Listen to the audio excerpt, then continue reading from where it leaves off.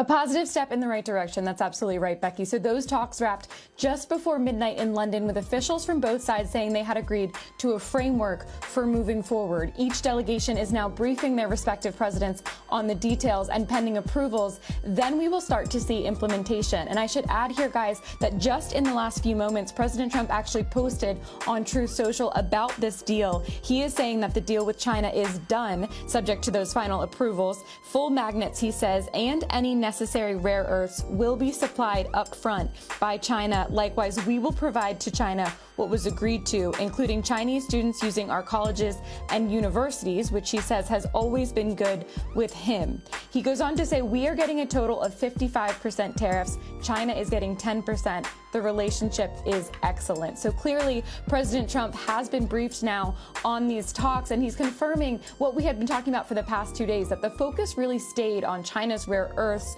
which should now start to flow to the U.S., and on the U.S.'s export restrictions, which should ease up in return. Here's Howard Lutnick talking about the same topic last night to reporters. We do absolutely expect that the topic of rare earth minerals and magnets with respect to the United States of America will be resolved in this framework implementation. That is a fundamental part of that. Also, there were a number of measures the United States of America put on when those rare earths were not coming.